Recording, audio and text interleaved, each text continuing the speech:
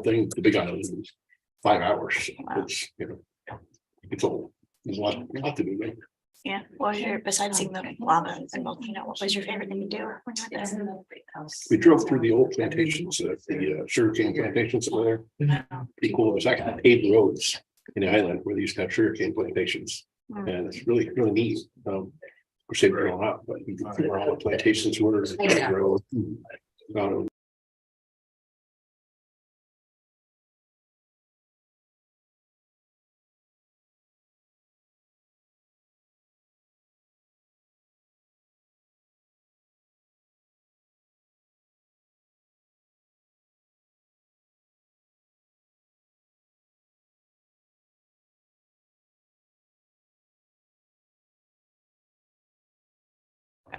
There we are. Here we go.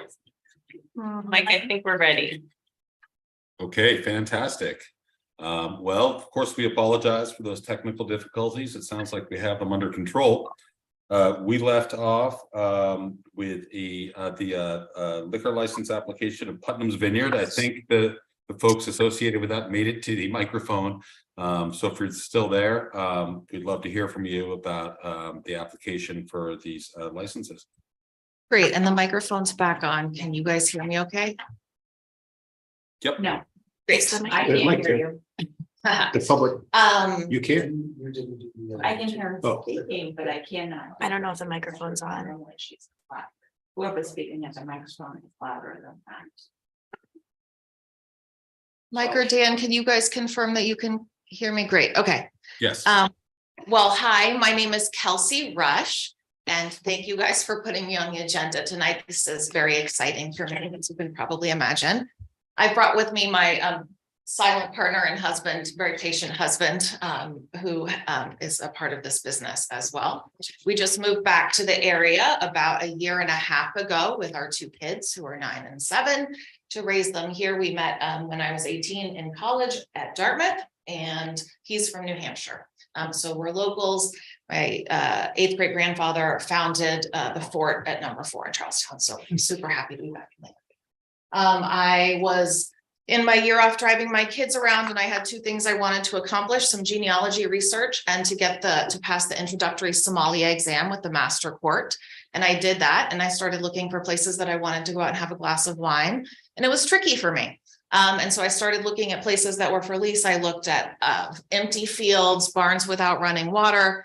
I happened to see an Upper Valley News article about Elixir going out of business and found a random email address I contacted. He said, "Oh, we're trying to work something out with Elixir, but come see this other space." And that other space has now been transformed into Putnam's Vineyard, which is a lovely play on Vineyard because the train yard right behind is active. I have a certificate of occupancy and my food license. I opened last Wednesday officially for pour over coffee and imported artisanal teas, as well as some baked goods. And last week was wild. So I'm really excited about what happens next. It'll be, I hope, a constantly rotating selection of wines, not a big wine book that is always the same. And then there is an 8-tap machine. So I hope to highlight local craft brews as well. Plenty of IPAs in the area. So I'm hoping to create my own lane with some different things, oak fermented brews and things like that. The old stage in what was the engine room has been transformed into a classroom for studying wine and taking classes, planting classes. I'm actually doing a terrarium class this coming Saturday. So it's really, it feels a lot when you're in there, like you're outside, a bit like an outdoor drinking experience at a winery. With a lot of houseplants. There's about 200 houseplants in the space that was the engine room. So I don't know if you guys have any particular questions. That's a little about me and how I stumbled into the neighborhood. Thank you, Kelsey. That sounds fantastic. I can't see anyone who who's at the table there, but I trust they can ask any questions in an orderly fashion. So. Yeah, Mike, I have a question. Yes, So go I ahead. see, Kelsey, I see one picture of the drawing of the building. Explain to me your outside consumption area. Yeah, so The building is shaped like a rectangle and I'm at one end of the rectangle. Along the long end that is not an active train yard is a covered walkway that is quite wide. And then as you get away from Elixir and toward my space, it actually widens even further. And so half of that long end of the rectangle has a covered patio, let's call it. And then as you round the corner and face a very large parking lot, more train tracks and that sort of dome storage space for the train yards, there's a deck space that's uncovered. I've put 4 Adirondack chairs on one side and a picnic table on the other. There's a swing in the yard just below, and everything is lit up outside. My hope is to be able to serve on the deck of that space in the front, on the wood deck that's raised up and has railings and stairs, and then around the corner on also the raised covered portion of the deck. So what are you doing to delineate the end of your outside consumption area in terms of the porch in front? So I have a little like old school movie style velvet rope to put across, and then I've ordered brass signs, and then I have I've been assuming it gets approved, and my staffing plan is someone who's working that front desk area in that lobby space, which is facing that, not part of the indoor bar area, which is a little bit separate. So Yeah, the, and there's security cameras everywhere now as well. so the door that I see that comes out onto the covered side porch, that will be where the serving the area is, or what? People will walk from that side porch to the front and in is my current plan. Through the front door. Okay, Which is- and where will the serving take place for outside consumption? Will there be outside serving station or? So simply- people will walk in almost like a vineyard you would do in a tasting room where you'll have your glass, but you'll walk in back and order at the bar. And even people who sit inside, there will actually be table service at the cocktail. Like, even though it's say 2 chairs, a little coffee table, people will still bring their glass, an empty glass, or whatever, order from the bar and bring it back to their seat. And you're gonna have signs that say no alcohol consumption beyond this point? Yeah, absolutely. Well, there were a bunch in there already, and I've changed them up a little bit, but that's definitely the plan. Okay. And not on the yard, not in the little yard with the swing, confined to the railings. And you're planning on selling wine there as well? Yeah, or- so I'm super excited about that because one of the things that I'm hoping happens is people come to the space to try a wine that they haven't had before and then want to buy a bottle to take home. So the goal is to let's say next month is about wines that grow in granite. I'm hoping to highlight 4 wines that are from around the world whose vines grow out of granite. You can come in, you can try them, you can have a glass, have some picnic food, and then you can buy the actual tasting kit of 4 bottles with tasting cards to take home. Maybe have an event of your own with your friends. And the actual wine storage area for display to sell will be in which section of the building? In that lobby space that is retail, I've set aside space for a large upright label forward wine cooler. Okay, all right. And I'm sure you have someplace for warehousing of wines as well. And so then in the back of the bar, I have an amazing locking vintage iron cage for the wine. And then there's also a cooler under the bar as well that locks. Okay, all right. Thank you. Yeah. Any other questions for Kelsey? I don't see any. Well, actually, Mike, I just want to let you know that there are 2 select board members, myself and Dan Fraser, who typically abstain from liquor control because we both hold liquor licenses, so Okay. it's nothing personal. Okay, That- that makes sense. Thanks for letting me know. Look forward to checking it out. And before we take a motion, I'd ask CATV to move Rocket over to a panelist position on Zoom. He's currently just there as an attendee so that we can have his vote as well.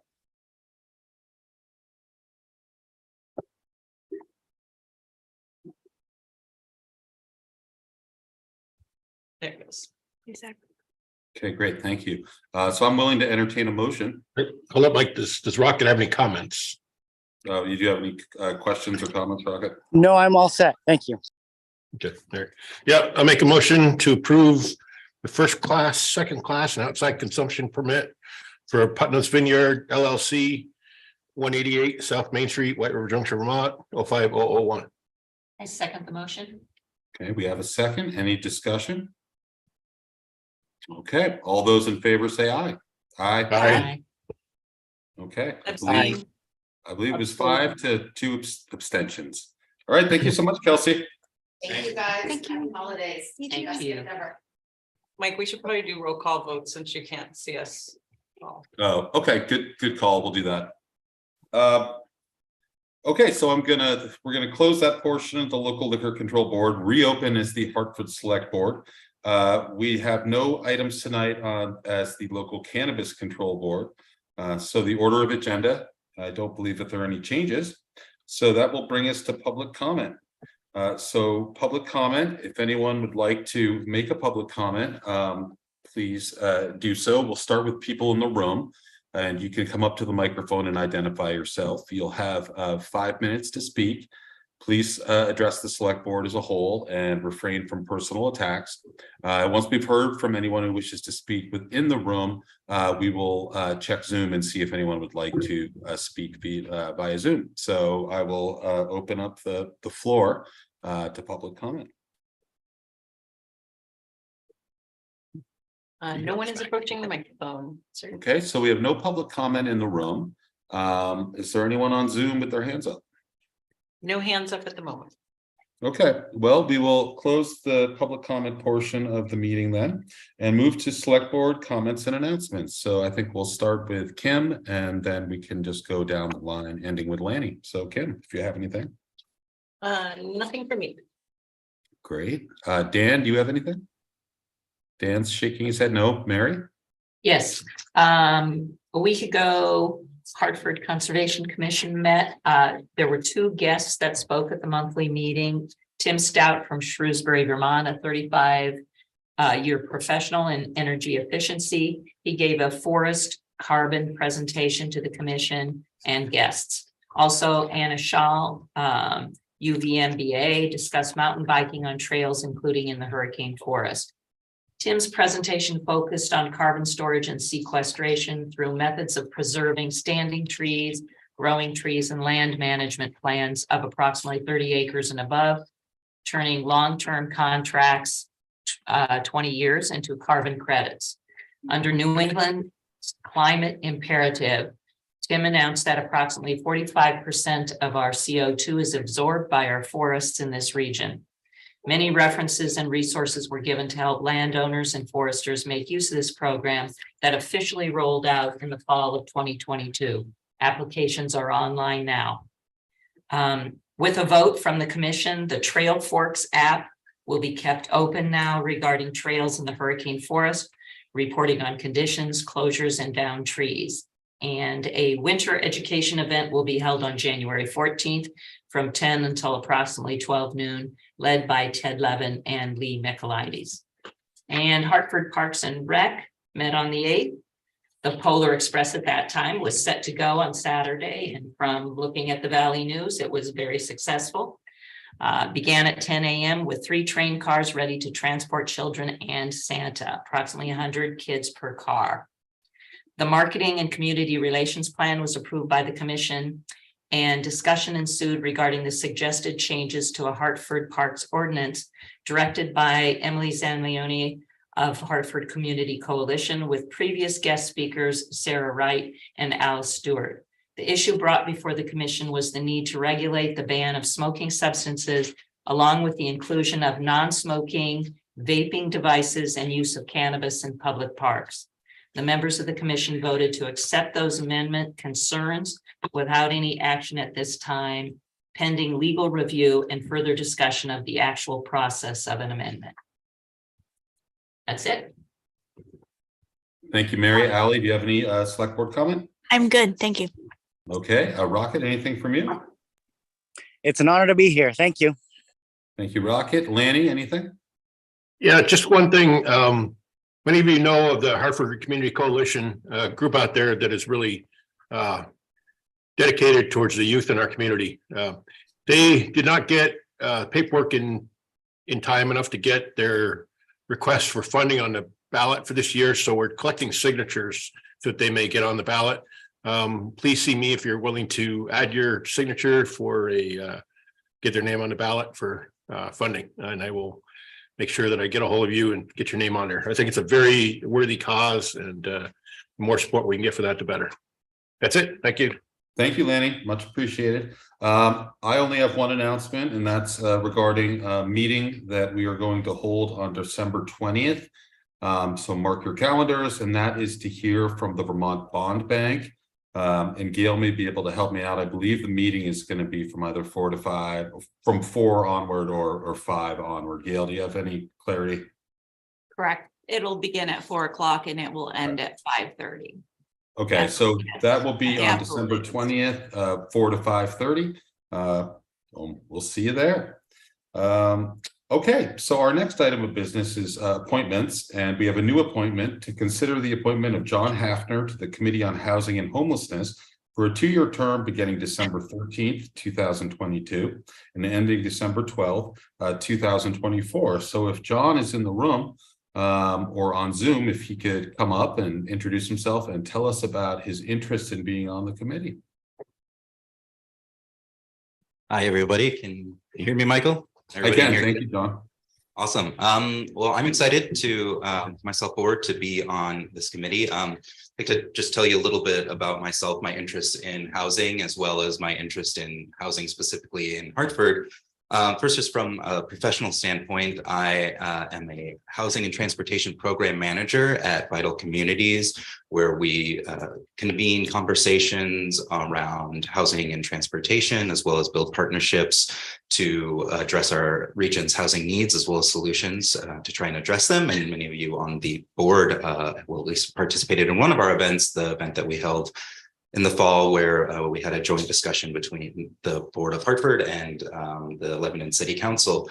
I've been in that role for a year now, and was working remotely where my wife and I were living in Williamstown, Massachusetts, and moved here to Hartford in June. And so had to do a housing search myself. And so it was really a crash course into what the region's housing challenges are and how hard it is and difficult it is for folks to find housing. And so bringing that personal experience as well into this. And that really is the reason why I want to be a part of this committee. My wife and I have moved around a lot, and we have a young family, a 2- and a 4-year-old.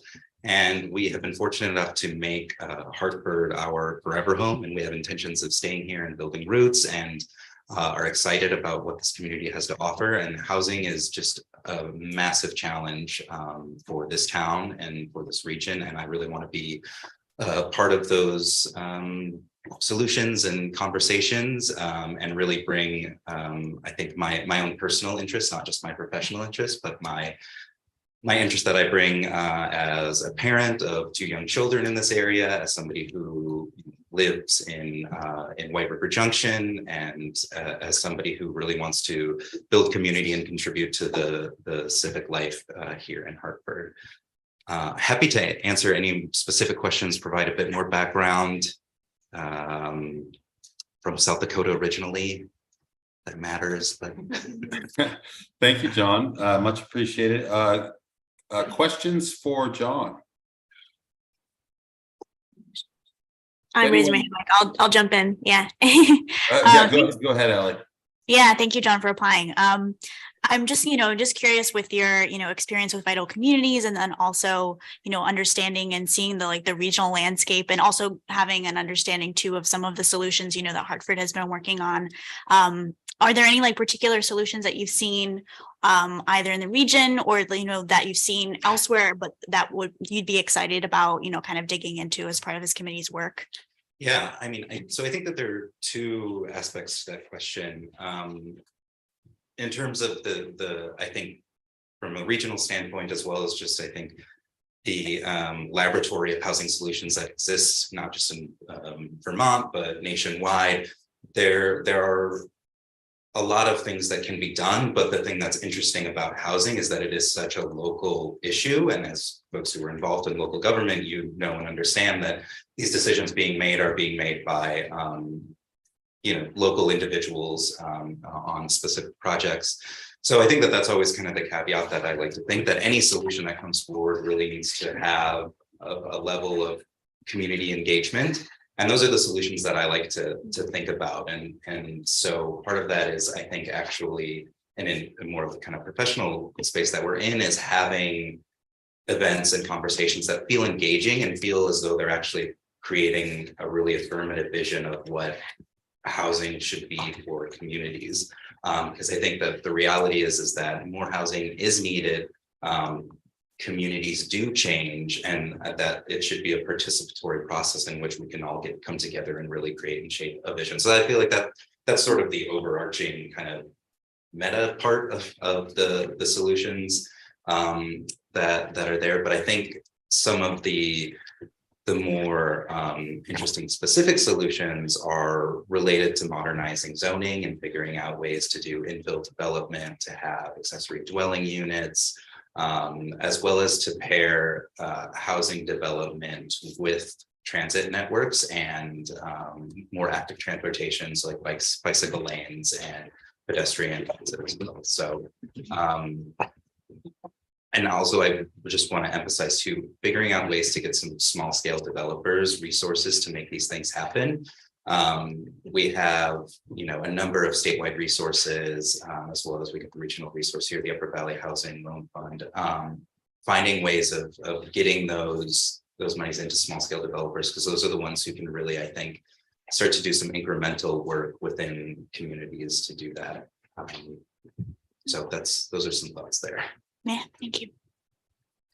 Great. So John, one of the questions. Just a note, Lanny, before you start, just for the board, since I can't really see you, if you want, if we can going forward, just say my name and say you have a question, then I'll just turn the floor over to you. Hey, Mike, I have a question. Yeah, go ahead, Lanny. John, one of the things that we in Hartford face, particularly when it comes to low income housing, is combating NIMBYism. And wondering if you had any solutions you could bring to light for combating NIMBYism. Yeah, I mean, Hartford is not unique in that it certainly is. I think, though, Hartford has its own particular characteristics when it comes to NIMBYism and what the NIMBYism sort of reaction to. I think one way is, this is where the community engagement piece is so important, but I think it's having the community engagement again from this affirmative perspective of really getting buy-in to this idea that, okay, we need to have a plan for housing moving forward, and we need to have a responsiveness to homelessness within our communities that is beyond saying no to things. So how do we hold events? How do we liven the conversation to breathe a little bit more space so that it's not sort of appears as though there's a black and white, yes, no solution. And I think that, the way that I've seen that done that can be really engaging is bringing in community design charrettes. So those are, where you can bring the town in to actually sort of provide solutions to it. And I imagine that there's been things like that have gone on before. But I think that's what the kinds of things that I'm excited about to sort of discuss with other committee members is what are the sort of community events that we can do that can help bring this conversation into less of a black and white kind of conversation and more into a space where we can actually start to communicate together to create a vision. So it's no one clear solution, but I think that there's, comfort in knowing that this isn't just a Hartford problem, that many towns are struggling with this. And I think that there has to be conversations that can sort of span ideological differences, can span generational differences. And I think that that's sort of where towns need to be.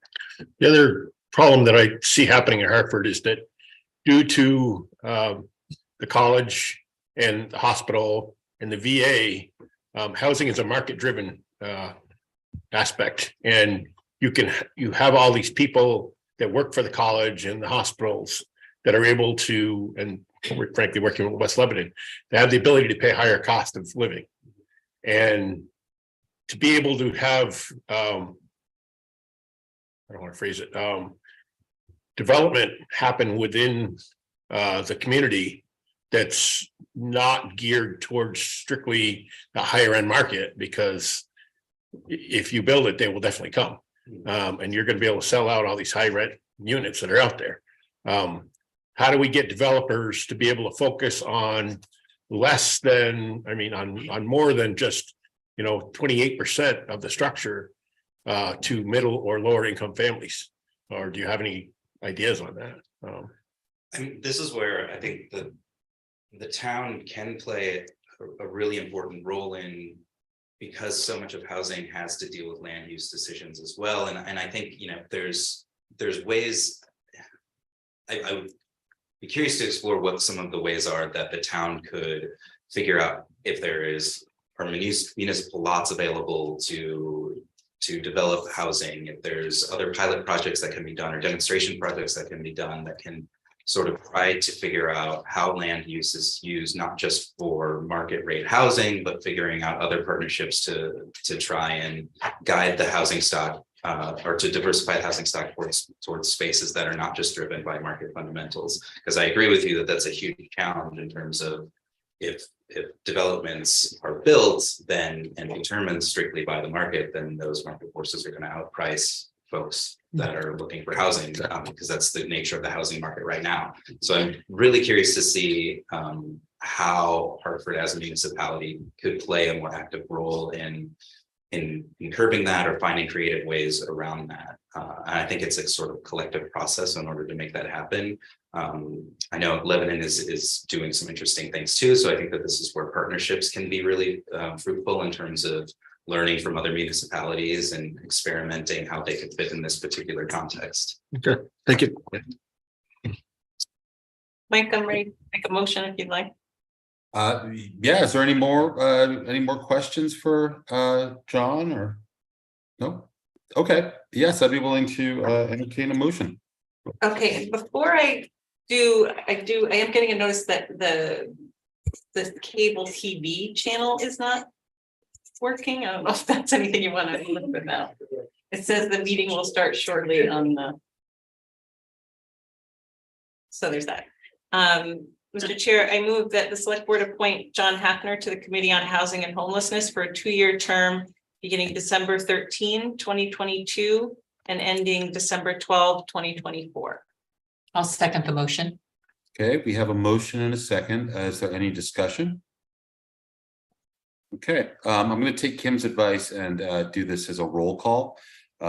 So let's kick it off. Lanny. Aye. Rocket. Aye. Allie. Aye. Mary. Aye. Dan. Aye. Kim. Aye. And I will vote aye. So thank you very much, John. And we're glad to have you on the committee. Thank you so much. Really happy. Great. Fantastic. Okay, so our next item is the town manager report and significant activity report. So I will turn that over to Gail. Yeah, so as I begin this, I just want to give a shout out to all the town staff. We've definitely had quite a bit of transition in the last couple of months, and everybody is pulling together and being Team Hartford, which I'm very proud of. And I want to thank everybody for their patience. I know it can be a little bit irritating at times, but I'm very happy with the path that we're going on. So thank you to everybody for your patience and your support. With that being said, I have 3 announcements from Parks and Recreation and then one from the town manager's office. So the first one from Parks and Recreation, they held their first glow skate. It took place at the Wendell Bar Arena. November 19th, they had 50 teenagers attend, and they plan to continue this program throughout the skating season, offering youth in their community healthy, active, and safe leisure opportunities. And this program was held in collaboration with the Hartford Community Coalition. So thank you to them. The second item, as Mary noted, we had a very successful Polar Express. We had 57 youth and adult volunteers that assisted with the North Pole as elves this year, and as part of the White River Junction Rotary Club's Polar Express. We had tremendous support from the schools this year, in addition to students from the Hartford Middle Schools, led by Kristen Chapman, participating as elves, the Natural Resources class at Hartford Area Career and Technology Center. They also helped decorate and dismantle the North Pole. So thank you to everybody. Where was the North Pole? In Norwich. Yes. So the last item from Parks and Recreation, for anybody who likes to have lots of lights and glimmer. Light Up Hartford, they have 20 enrolled home and businesses for this year's contest. Entries will have their displays lit up and operational from 4:30 p.m. to 8:30 p.m. from December 12th through December 31st. Judging is going to take place on December 12th through the 18th, with winners being announced on December 20th. So stay tuned because that's very exciting. There are 3 People's Choice Awards and the Griswold Award. Winners will receive a prize along with a Light Up Hartford winner sign to display in their yard. A master list of all displays will be posted on hartfordrec.com, Hartford Parks and Recreation Facebook page, and the town website, and also will be emailed to our constant contacts subscribers. So yay, Parks and Recreation. They're doing some amazing stuff in our community. The last thing is from the town manager's office. There was a request during our budget presentations talking about the Wilder parking ride and the lighting that's there. So I've tasked Dana Clausen, he's our environmental sustainability coordinator, to reach out and see what's available. And reaching out means, what do we have? What can we do that's not only funding appropriate, but also environmentally sustainable? So Dana's taken the initiative and he's working with the state of Vermont on some different opportunities that are available to not only provide efficient lighting that's there, but also EV charging station. So more to come on that, but I wanted to let the residents know that we did hear you and we are looking for opportunities. Open to any questions that you may have. If I don't have the answer, I can take them down and get back to you. Is the state responsible for maintaining that lot, or are we responsible? We are responsible. Okay. Any other questions for Gail? Okay. Not seeing any. Thank you so much, Gail. All right, so we will move on to our next item, which is under board reports, motions, and ordinances, and we're going to hear the information technology. Yep. Sorry, there's a hand up. Do you want to? Oh, yeah. Okay. Let's bring over Heidi. Go ahead, Heidi. Hi, this is Heidi Dutra from White River Junction, and I would just like to say thank you, Gail, for moving so quickly on the lighting and the Wilder Park and Ride. Thank you, Heidi. Thank you very much. And thank you, Gail, of course. All right, so we're going to move on. Oh, Heidi, you put your hand back up. It looks like maybe, okay, great. Okay, it's down now. Thanks, Heidi. All right, so we will move on to the information technology budget. So I will send that over to you, Gail. Sure. So tonight we have Dylan Walsh. He's our information technology department head. And while you're getting ready, he'll need to share his screen. And I just wanted to follow up. Last week, we heard from public safety and their new position that they have with their communications information systems coordinator. I just wanted to follow up a little bit regarding Dylan and his department's collaboration with them. And I just want to make sure that we're all clear that overall, Dylan handles all of the information technology for the entire town. He was a main supporter of creating the position in the communications department based on the need and making sure that they had somebody on site that was able to provide the assistance that they needed in specialized programs. So I just want to make sure that we don't lose sight of overall of the importance of Dylan's position in his department and the overall, again, overall arching for the entire town. And I don't know what we would do without Dylan and his staff, because every day I depend on him. I know. And I bug him a lot. And I just want to make sure. So again, I'll just leave it at that. I just want to make sure that we don't lose sight of, yes, it's great that we have a new position in communications. However, I don't want it to take away from the overall arching requirements and demands that Dylan has on a regular basis. Yeah, that brings up a question then. The new person that's doing communications, IT stuff over there, they work for the police department. They do not report for Dylan, correct? They're a direct report to the police department. However, when it comes to information technology, they do follow up with Dylan. Dylan has the overall oversight of the town. Okay, but they direct report to the PD. That far is, as for they receive direct supervision from the PD. the police department. However, if there are situations that come up, it is Dylan and his department that has the ultimate responsibility. for Under the town. org chart, just make sure how the org chart. is. Correct. There is a procedure in place that as things develop, there's an escalation chart that depending on what the situation is and what the process is at that point. Okay. Ultimately, it's on Dylan. So with that being said, I'm going to turn it over to Dylan. He's going to share his screen and he'll go through his PowerPoint presentation and then we'll take questions at the end of his presentation. Thank you. So need to be made a panel. I made your hand. And I don't see it.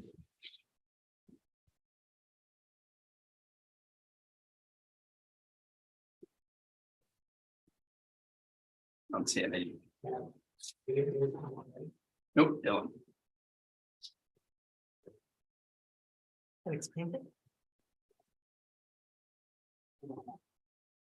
Perfect.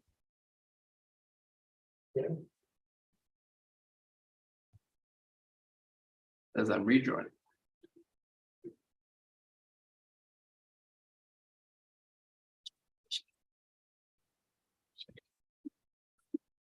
All right, so as I share my screen here.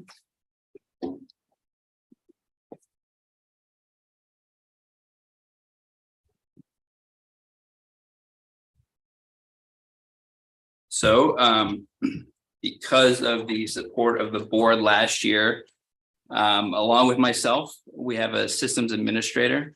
And that position has really allowed us to deepen our personnel and allowed me to delegate certain tasks, which has really freed up my time in certain regards to spend more of my efforts on the higher complex projects and issues as they come up in the town. And if there's no questions on this slide, we will go to the next one if the parts of our presentation here. I know that Gail said okay. no questions later, but why is there a difference in the fund layouts now? Is that what the funds? I didn't hear what you said. It was fun. I'm not following the changes in the fund from FY23 to FY24. You have new fund numbers? As far as it says FY23 144. Oh, that's the dollar amount. I'm sorry. Sorry. No worries. So we're going to take questions. There's not a dollar something here. So Good. So for the folks who have been here for a year or two, a lot of these items should look familiar. There are some marginal changes depending on the service and the vendor, which is usually due to inflation and marginal increases. The dark trace cyber AI is sort of the crux of what I'll be talking about. So I'm going to put an asterisk next to that one for now, and that's going to come up in a future slide. The bottom, as you'll notice, there's been some slight consolidating and sort of organizing, if you will. The T&M line item stands for time and materials. That is a line item that was from a previous vendor that due to some reorganizing and reshuffling on their end, we have since absorbed what the work we've done with them into our Solutions 2 line item, which is a vendor that works very closely with our CAD system, which is owned by Motorola. And those two line items are combined and moved into the contracted, the next slide here, which is our managed services line item. And so the contracted services part of this slide was reduced from 22,014 to 15,000. And the Solutions 2 was increased and put into this line item from 15,000 to 30,000. Following up on that, this is kind of the thesis, if you will, of kind of my philosophy on how I design things. When you think of security, typically traditional security is sort of one layer. So you have antivirus, you have a firewall, but in reality, in today's day and age, it should be layered, or what they call defense in depth. And so everything should be layered, and not only should they be layered, they should work together and they should complement each other. So in your packets, you'll see a big slide with some text that's at the end. I put together a little bit of a animation to hopefully kind of explain the philosophy here, but all the information is the same. So if we come to this part here, every icon you see on the screen symbolizes a service that, because of your support, we already have implemented since I've started here. The question marks, if you will, which I'll touch on, are kind of this upcoming budget year's asks. And so as you can see, they're all kind of designed to complement each other nicely. The first one is to help with email phishing attacks. Phishing attacks, unfortunately, due to human error, is the #1 way networks are infiltrated. And so the two-pronged approach that we take is we are able to, on our back end, try and test to see folks who may or may not be vulnerable with different methods, and we provide some hands-on training, what to look out for, things of that nature. The next step, which we've implemented over the past few years, is a automated filter on the back end. So 80–90% of the phishing attacks and spam that folks were used to be seeing are removed before they even get to inboxes. But for the small amount that do make their way through, we're providing training for users on the front line to be able to have the tools to identify things as they happen to make it into their inbox. This next symbol is our antivirus, next generation antivirus. So for folks who don't deal with this sort of thing every day, the metaphor I use is your security guard outside your company, sort of keeping an eye on things. The next two symbols kind of work together as well. We have an intrusion detection system. This is your security guard inside your building. So if antivirus keeps everything out, this is the guard inside the building who kind of watches what's going on. The thing to note with this service is that it will send you alerts, but it won't take any action. So it's more of a notification system. The big brother aspect of this is the prevention system. So this is a system that will actually check credentials. In this case, for this metaphor, it's your bad files, your malicious programs, your ransomware, your malware. And based on the tool set that we set up and we are constantly tuning, it will take action if it, depending on how the file scores in our system. And so it proactively will stop threats before they start to happen. This next setup, as you see, the question mark has changed. This is the big ask for this year, which accounts for the increase in the line item. This is a model known as penetration testing. Penetration testing, the metaphor that I use for this is sort of your IT audit, if you will. A lot of folks, big companies, security companies, law enforcement, local government, they will pay a firm to essentially find vulnerabilities in your network for you. Typically, it's a 1-year fee for it could be anywhere from $10,000 to $100,000, depending on the scope. This particular module is part of our Darktrace suite. Darktrace is a vendor that works with they're actually our CAD system is a customer of them, and the city of Los Angeles also uses them. And so this difference here is that this is based on artificial intelligence, and it will allow us to check as often as we want. So we don't have the 1 year, once a year sort of waiting period. A lot of times threats are a lot quicker than that. And so this is trying to be proactive and offensive in sort of our defense, if you will, instead of just reacting to things that happen. Our final ask is related to our CJIS compliance. This is with dark trace. This is paying for a certain level of support. So if you think about at the line, the line at the airport that you get to skip with the special pass, this allows us to have a certain level of support in the event that something were to happen and we would need more hands on deck to investigate certain aspects of things. This would allow us to sort of skip the tier 1 level of response, if you will, and allow us to bring in the appropriate resources. So as you can see now, the circle is complete. Everything kind of works together and works off of each other. If we go to the next part, this is all the same information, but kind of on one slide.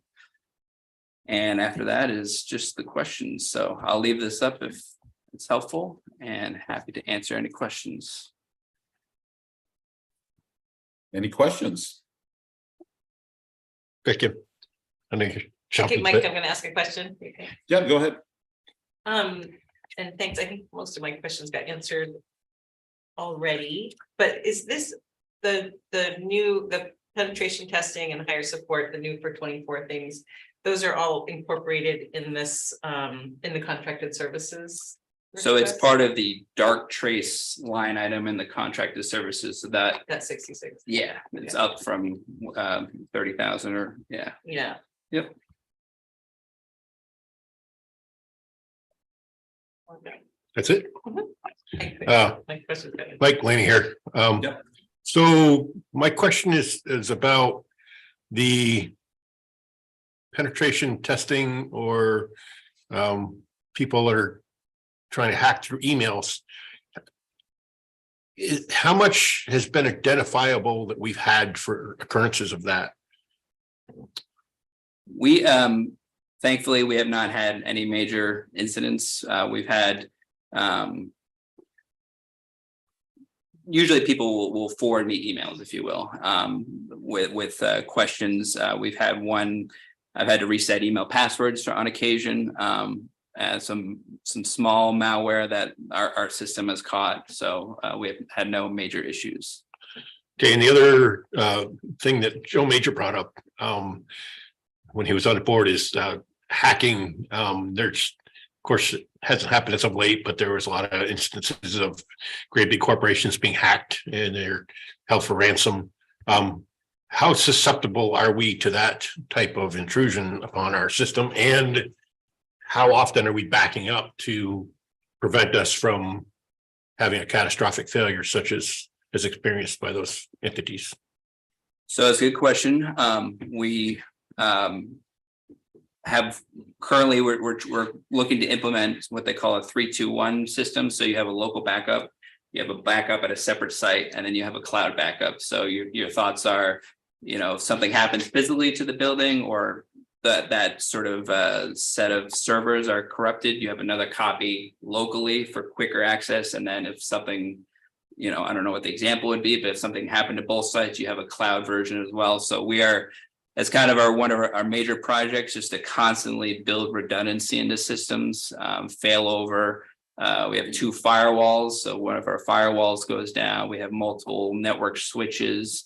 I'm hoping in the future to get failover internet with another internet provider. So that's kind of the crux of what we try and work on every day. Unfortunately, because you have, like everybody, if you have internet facing devices, it's kind of you're facing threats every day, if you will. But this is part of what we're trying to do, is to try and be proactive versus just waiting for things to happen. But that doesn't answer my question of how often do we actually do the hard backups on our systems? I mean, how many days would we lose if we were to be hacked? We back up every night. I review the emails to make sure they all backed up completely. We test our backups. So we actually spin up our servers and make sure our backups are starting up correctly. And we do extensive testing and failover scenarios, tabletop exercises to make sure that in the event of something happening, we have over 30 days of backups. Our local backups are shorter, if you will. So we keep the most recent versions local, because more than likely the 7 days of backups is more than likely what we've been accessing. But in the event we need longer backups past 7 days, we have cloud access for events like that. And that backup on site is not accessible from the outside world via the internet, or is it? It's accessible if you have access to our VPN and if you are whitelisted with a multi-factor authentication token that about 8 people have access to. And that has to, with Gail's approval, Paula's approval, and obviously run by myself. We audit that list quite extensively to make sure whenever people ask for access, it's appropriate. And yeah. Okay. And I think that Kim had mentioned in the past about having read-only access to more availability for select board. I can't remember what it was that you would have. MuniSmart. Yeah, for MuniSmart. Is that something that is feasible to have read access for select board as far as for this data, or is that not something that is? Okay. Fair. So we have limited users for MuniSmart, and giving access to additional users actually limits staff to be able to do what they need to be able to do. In a So- read-only capacity? Correct. So as soon as you log in, you're counted as a user. And if you don't log out, like we have people that go on vacation and they don't log out, I have to ask Dylan to reboot the whole system. How many seats do we have? 10, Yeah. I think Give or 10. take, yeah. Yeah, not very many. They're How many- very expensive. Why would we ever have, why, I don't understand why we have 10 seats though. I mean, Because there's 4 of us in finance, Yeah. which that's how we function every day. yes, I understand that. And then each one of the departments, they have responsibilities to do their accounts payable and to do their payroll. So, and they also monitor the system for when they're trying to determine how much they paid vendors, what they have going on. So at any given point in time, all those 10 seats could be used all the time. So we basically have 6 seats that are available on a regular basis, not counting the finance, because we take 4 automatically. Okay, I'm confused then, because when I talk to Public Works, they say they can't track what their expenditures are. So I'm a little bit confused on that then. It's an interesting statement. I certainly will follow up with them tomorrow on it. I can't understand whether it's a informational aspect or not being able to gain access to it. I don't know what it is, but and maybe I'm confused as far as the questioning goes too. So I just don't understand. I certainly will follow up with them tomorrow, and I will leave it at that right at the moment. It just, yeah. I don't want to see how we've had in the past, the siloing aspects of things. We should be more on page about what's happening for expenditures. That would be nice. Absolutely. Okay. And all departments receive a financial report on a monthly basis, and they all, I can assure you and guarantee you that every single department has access to look at their expenditures. Okay. Thank you.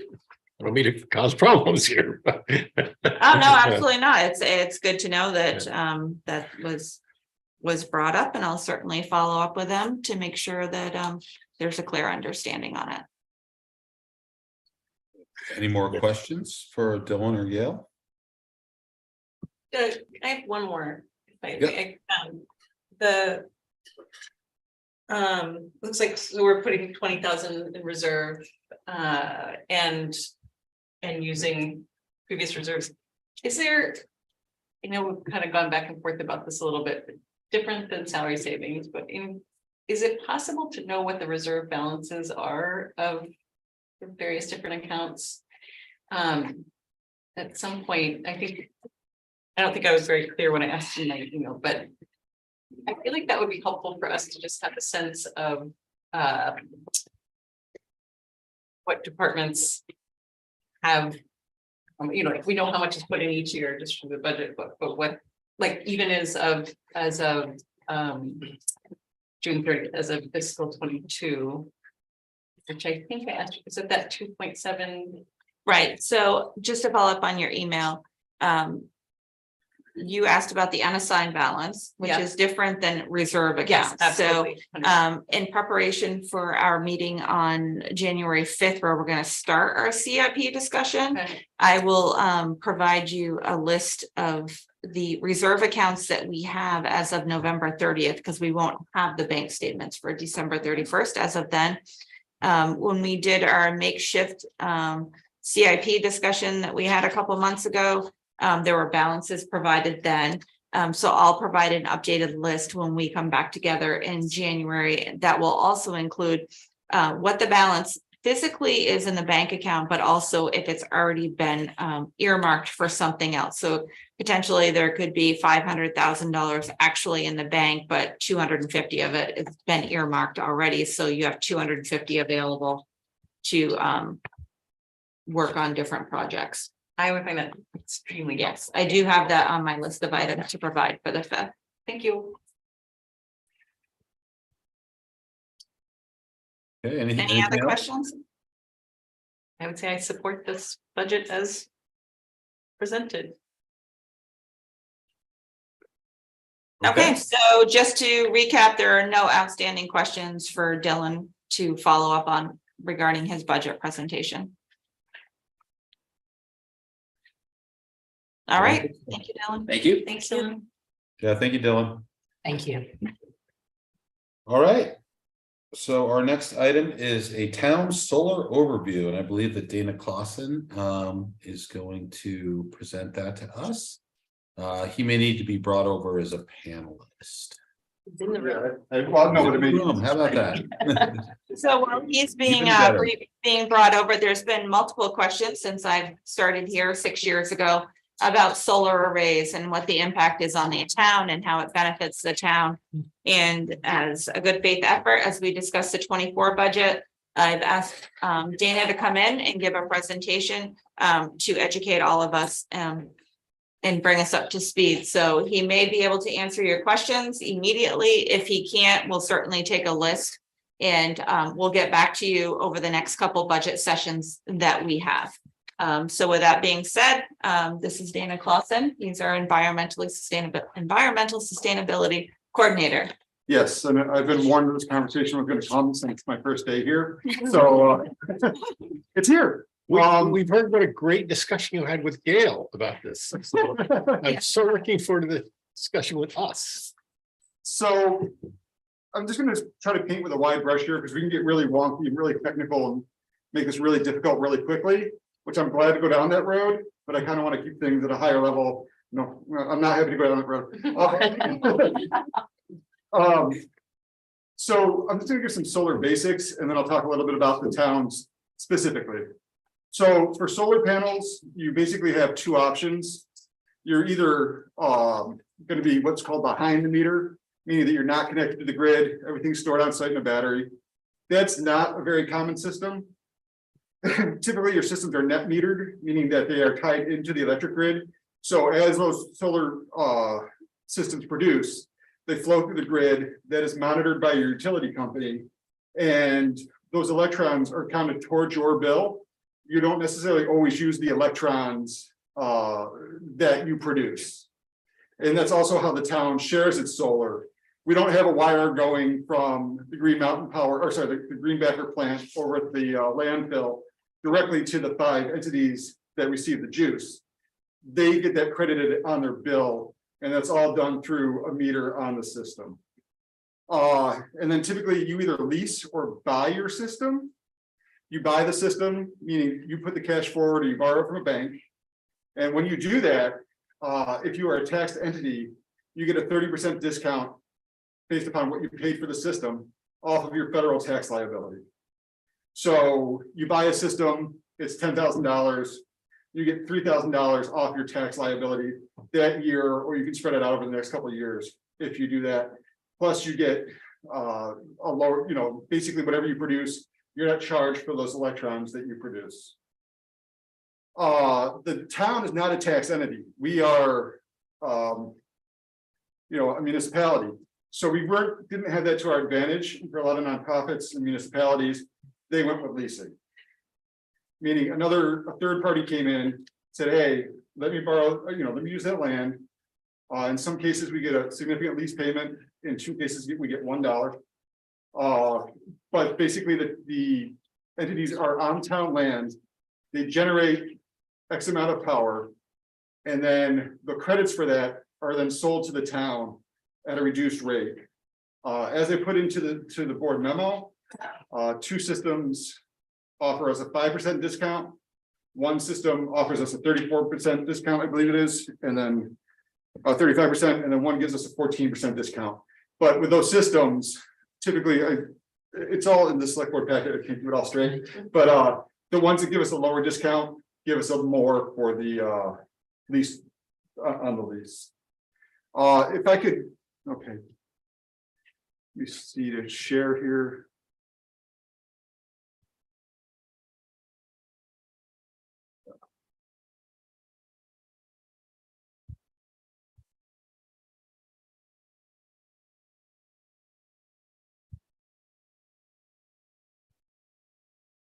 So this was in the board packet this week. This is pretty much the financials of the breakdown of our system and how much we get. The system, the Greenbacker system, is our largest system. That's at 5, which this is where it's confusing. It's a 500 watt system, but it produces almost 1 million kilowatts a year. That juice, the electricity from that system is split up again amongst various departments, with the most going to the ice rink.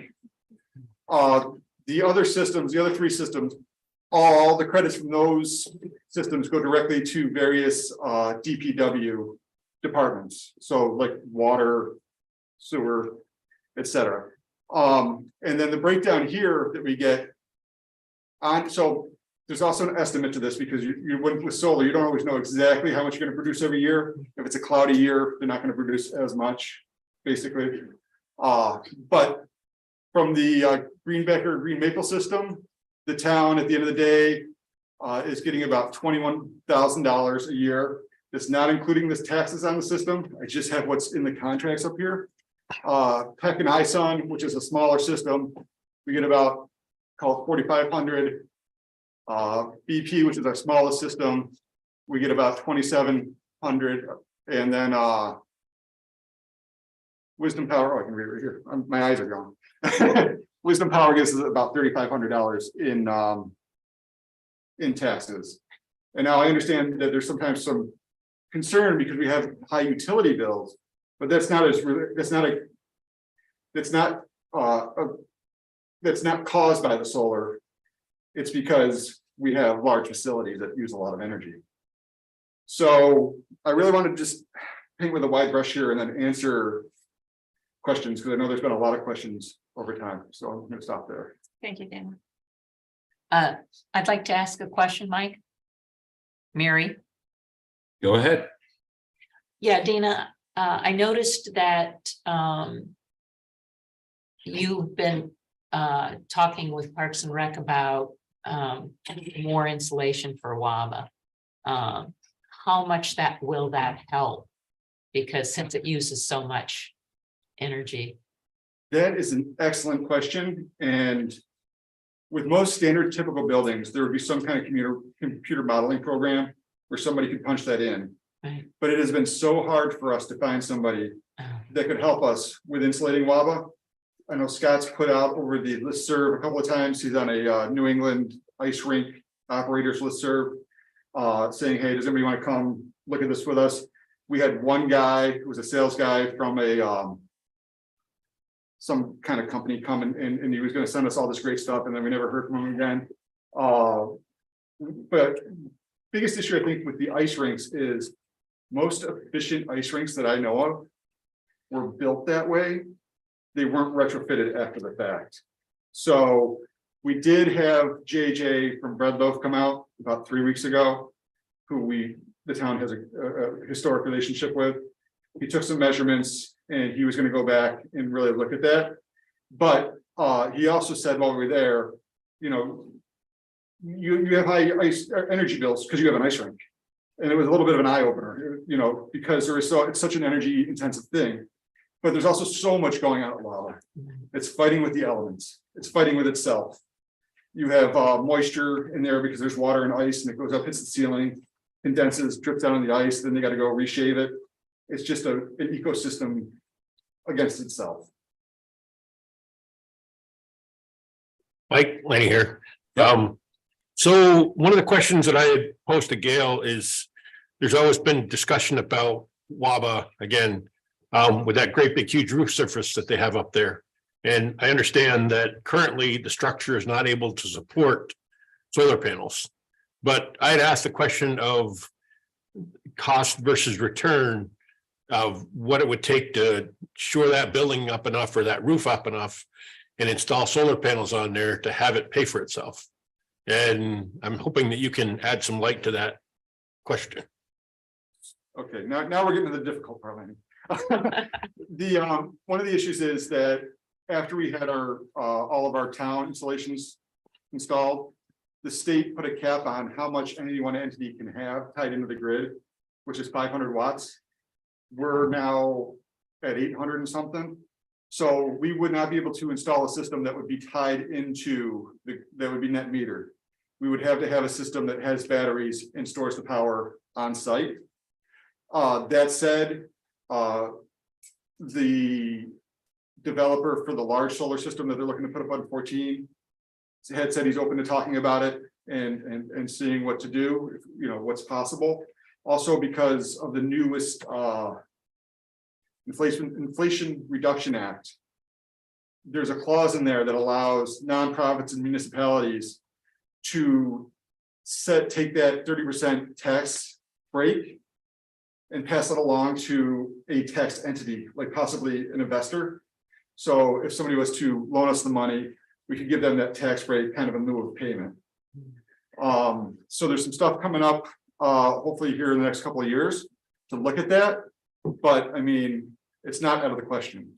My concern, I guess, is that I understand this is a very large surface on the roof up there. And I don't know whether we could potentially produce enough electricity to completely serve all the needs of WABA by itself. And is there a way to install solar panels and when it's not used by WABA, shut the rest of it to the grid and not receive credits for it? Possibly. That would be an unusual thing because the credits are basically a payment. Correct. Yeah.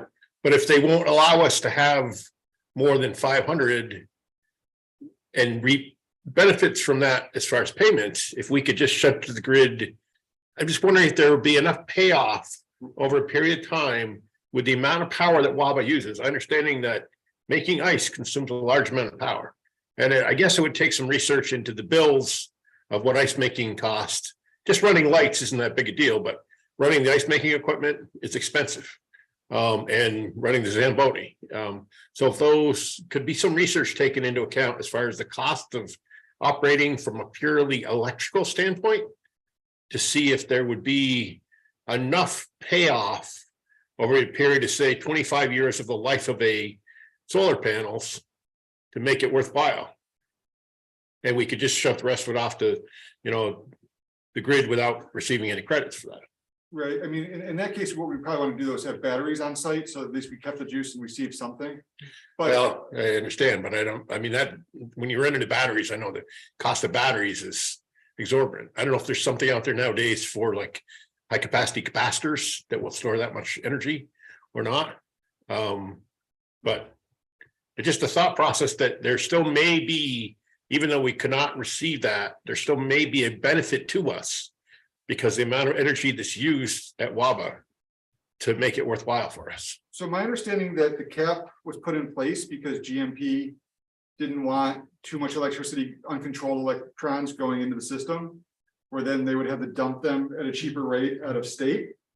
So I'm not sure where the PUC, the Public Utilities Commission and Green Mountain Power would stand on that. We can definitely ask them. Because between the pool and, which is an entity that the town runs, between the pool and WABA, and we could utilize some of that within the school system It just seems like it would be feasible for us to look into the potential of this because it's such a large roof space. And again, I understand that it's going to be some shoring up of the Waba roof in order to do this.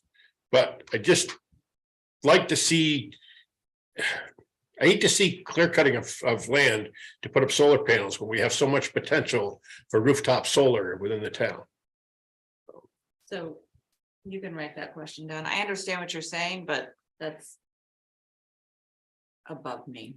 So can you understand what he's saying as well too? So if you can write the question down and we can follow up. They're just, and I know I may be looking at this from an outsider perspective, but it just seems like there would be a long-term net to the town with the 3 entities up there that would consume electrical power to make it worthwhile for us. And I'm not sure how much solar power we could generate from the roofs on top, from the roof on top of Bob either. So. Right. So I'll have, Dana can do some research. It's not going to be something we'll probably get back to you. I didn't expect that in the next couple of weeks or so, but we'll keep it on the radar and provide you updates as he can get information. Yeah, I mean, doesn't have to be 2 weeks. I mean, just take the time and research it and think about, you know, I mean, the first thing would be to find out the electrical costs and getting the school involved in some of that as well. Because that's another entity up there that could use power. It's where there's problems, there's an opportunity. So, thank you. Mike, can I ask a question? Yes. Okay, so that was one of my questions was the stat. So that net metering cap did not get resolved. Like I know there was some effort to have that increased. It's there at the 500 settled. For now, until, yeah. Okay, so maybe there might still be, maybe one of our state representatives will. That's where I was looking. So if that's the case, and then. So I continue to ask the question about the wastewater, the White River wastewater plant, because it always sticks out in the manifest that the cost of that Green Mountain Power bill. Do you know if there are any research that's being done relating to how to reduce those expenses? What are we looking at? So I just wanted to bring this up. This is I just want to give a real quick shout out to the UNH Carbon Clinic, who this semester measured the town's carbon footprint. 4 students basically put in 60 hours each over this past semester to help put us into this data modeling program. And what we're looking at is the greenhouse gas footprint of the town by building, and the light blue is from the electricity. So you can see there that the White River Junction plant has a pretty significant footprint for its electric use. Most of that, to cut down on that, basically what we would need to do is cut down on the amount of water that's going into the plant. Right now, we have a lot of rain runoff coming from, like, especially roofs that then go into our sewers and is treated as though it was groundwater, wastewater that needs to have like anaerobic digestion and things of that nature because there's bacteria in there. And it's a massive undertaking. So that's what we really need to look at. I did talk to Chris Halsworth earlier today about that. And he said that, you know, he's for years wanted to do that. And basically it's separating our sewers out because we can't really do much to reduce the electricity. You can't really make the building more efficient because they've got like methane and chemicals in there. That they need these huge fan systems to be unblocked in case something was to happen. We could just get it out. Yeah. So it's really a matter of a infrastructure project. So maybe we can talk to Chris about that. We'll see Chris and Jeremy on Thursday. Right. So if we want to make a note about. Yeah, I mean, and I think part of the big complication there is like, it's mostly private. There's roof. Yeah, there's nothing we have control over. Right, maybe there are incentives or things like that, but I was delighted to read about the UNH program in your update, your significant activity report, because I was curious about the status. is the information from that accessible to, like, can you, is it on the website or anything? So I literally just went to the reception last night and got the keys to the vehicle. Okay. And it is a really complicated, it's gonna take me a minute to figure out how to do the reports. Okay, This is how it would show up though. I'd be able to run various reports on the buildings. I had them separate all our buildings so we can look specifically at the footprint of each. Also though, when you look at the wastewater plant, that does include the pump stations. I tied the pump stations in with the plants that they deliver to. yeah, sure. But I think that this is going to give us a really good way to measure our progress and make data-based decisions on reducing our footprint. What is the darker blue? Yeah, I was just gonna ask Yeah. the darker blue. What is that? I don't understand. The darker blue, there is commuting. Commuting. Or is it propane? I think it's T&D. Yeah, what, I don't even know what that T&D stands for. You know what, I'll have to check, like I said, I just got this last night. I'll have to check with UNH on what T&D is. I'm sorry, Kim. Can I mean, unless you want to continue on this subject, because Yeah, I just had a question. What percentage wise, how much are we doing in that category at Quechee versus at White River? Understanding that White River has a considerably higher level of flow. So Be interesting to. I just want to back up real quick. I'm sorry. I think T&D losses is related to the water processing because the wastewater plants are the only ones that have those on there. So I will have to check with them exactly what the T&D stand for. But I think it's related to greenhouse gas offputs from the processing of the water. And sorry, Landy, to answer your question on the two plants. Yeah, as far as again, understanding the flow, there's flow differences between Quechee and Weiler and the White River plant. Just wondering the comparison of whether there's the same ratio of like electricity to and whatever the TD losses is to the whole scale of things, whether it's the same ratio. The White River Junction plant processes almost 3 times as much as the Quechee plant does. So yeah, I mean, if you look at this, do they correlate? My question is, Quechee is pretty much 1/3 of what the White River Junction plant is. Okay, so it's a good correlation as It's far pretty as direct correlation. okay. Just wondering if there's improvements that we can make in the plants themselves to cut down on the cost of running them. Yeah, we've talked about that. It's really difficult because of the amount of equipment that's has to go be used to process the water. Then I think last question is so would the cap, the net metering cap, mean it would not, like we've been talking about whatever the evolution of the transfer station is, and that may include some kind of public safety training facility. I've been told there's also room for another 500 kilowatts of solar array there.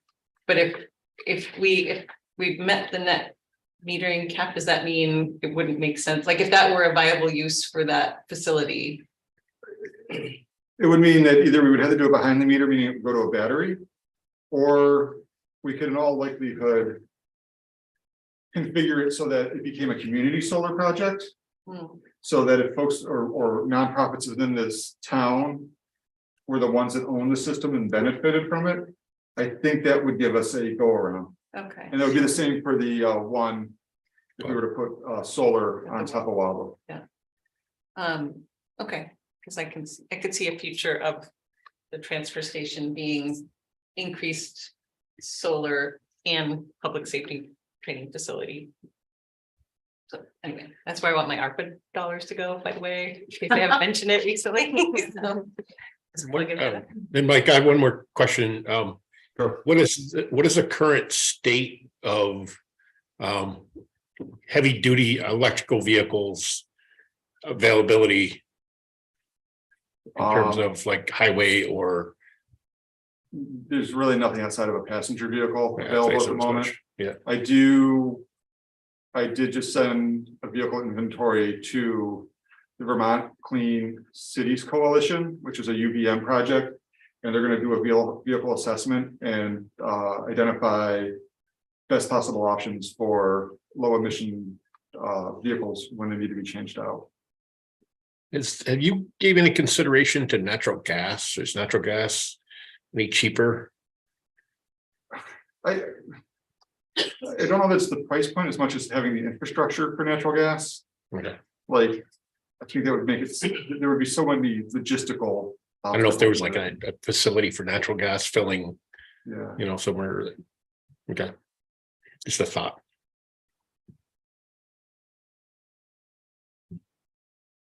Okay. Any other questions? Thank you, Dana. Thank you, Dana. Yeah, thank you, Dana.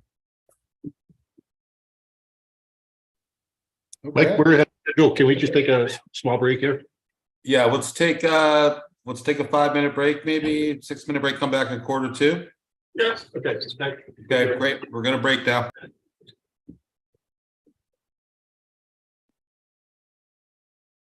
We're probably still live.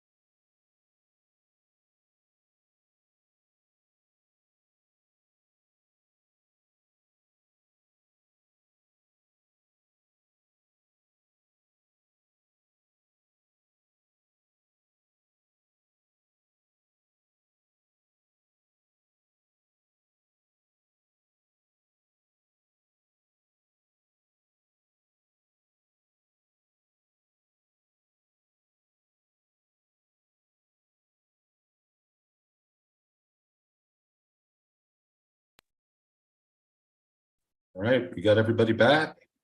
We do. Okay, It's rocking here. all right, so it looks like we're all back. Back from our break. So our next item is VTRANS presentation regarding Route 4. And I think Matt Osborne is here and also someone from VTRANS, Matthew. Hi, I'm Matt Osborne. I'm a planner in the Department of Planning and Development. Route 4 is a major east-west transportation corridor. It also plays a very important role in local commerce, for commuter visits, for visitor visits, for recreation visits. And it's been the source of studies going back to 1972. The last corridor study was done in 2008. VTRANS sees the need to look at this corridor again. Matthew Arancio, who's project manager for VTRANS, is here to talk to you about it. And I'm going to pass it over to Matthew. Hi, Matt, and hi, select board members. Thank you for having me this evening. It's a real pleasure to be here. Can everybody hear me okay before I get going? Yes. Yes. Yeah, perfect. I see a thumbs up and everything, and I see myself on the screen now. So this is a very funny double image here. So, Matt, thank you again for the introduction.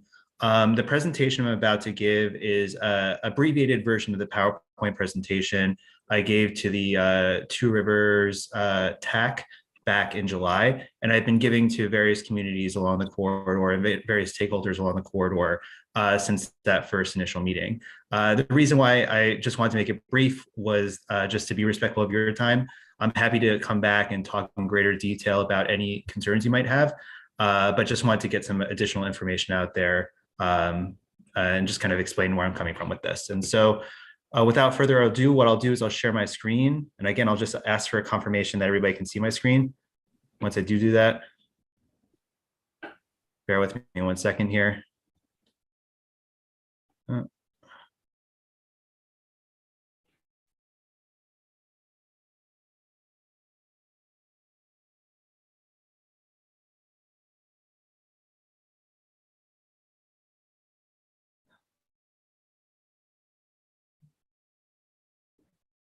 Sorry, I just had a bit of a lag there. Can everybody now see my screen? Yes. Perfect. Sorry about that. Okay, so without further ado, I'll just dive right into this. For additional context and just to set the stage here, I want to talk about briefly what a corridor plan is and how this somewhat differentiates from previous planning efforts. A corridor plan is a type of planning study that my division, policy planning and intermodal development, undertakes ahead of a large reconstruction project to identify needs along a corridor. And so previous corridor plans have been done on US Route 7 up in Milton, Georgia, and on Route 9 as well, down between Bennington and Brattleboro. And so the objectives of the corridor plan is to talk to stakeholders such as yourselves to identify projects or identify concerns along the corridor, to sort them out into projects that can be implemented either in terms of routine repair and maintenance, or perhaps as part of a larger reconstruction project. So this is essentially an opportunity to create a wish list and have us see what is feasible to implement and or respond to on that wish list. And so typically what that involves is lots of conversations like this one here tonight with stakeholders. So a public stakeholders such as towns, chambers of commerce, and broader outreach to the public at large, and also internal conversations with VTRANS staff, in particular the district, as well as other planning divisions, to understand what is just going on in this corridor and what can be improved about it in the future. So moving forward here, just a little bit of background. You know your corridor very well, so I don't have to explain too much to you about this. And I certainly don't want to take up too much of your time, but this corridor is a 13.4 mile corridor. It encompasses 3 towns, Hartford, Heartland, and Woodstock. I've already had meetings with Heartland and Woodstock, as well as the Chambers of Commerce, the Woodstock Chamber of Commerce, and the Hartford Chamber of Commerce. So again, getting the word out there. This is covered by VTRANS District 4. a number of extreme challenging geographies, I would say, in terms of steep slopes in river valleys. So the Ottaquechee River Valley and the White River Valley, certainly that causes major drainage issues and structural issues to be aware of. In terms of infrastructure, additional infrastructure to be aware of, the entrance and exit ramps I-89 and former rail along this corridor that runs either parallel to this corridor or the corridor is actually itself built on. So infrastructural assets to be aware of that impact construction projects and needs along this corridor. And so I mentioned upcoming construction project, and I want to give some context for what that looks like. The project here that is envisioned for the future in the out years, and I'll be honest about that, is for a reconstruction project from the start of the Class 1 town highway in Woodstock to the I-89 northbound ramp. What I mean when I say out years is that you can expect this construction project to not happen within the next 5 years. Realistically, this is probably a project that would happen in the next 5 to 10 years, most likely on the larger number of that range. And so just to be aware that this outreach effort that I'm conducting right now is something that I will be periodically coming back and speaking to the communities along the corridor about, to make sure that it's fresh and make sure that these ideas are properly plugged into any type of scoping that comes ahead of this larger reconstruction. So you can see I've given the project ID. This is a project ID that exists in our project management system. It is being scoped right now, and just to get a sense of the needs associated with such a scale of a construction project.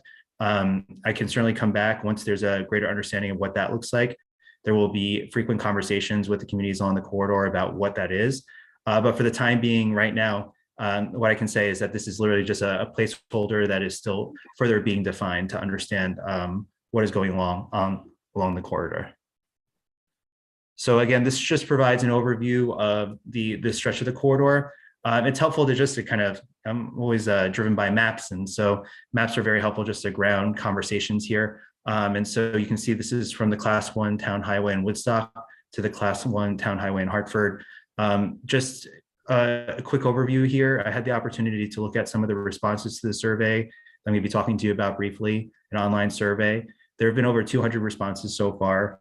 And that's, I'm thankful to Matt for actually assisting with getting the word out there about that, as well as the other partners along the corridor here. So the more input we can receive to understand problem locations and opportunities, the better. Some things that have stuck out to me from the get-go and that have been confirmed by the survey data so far is certainly the Quechee Gorge Bridge. Lots of fender benders around there, lots of pedestrians and lots of activity.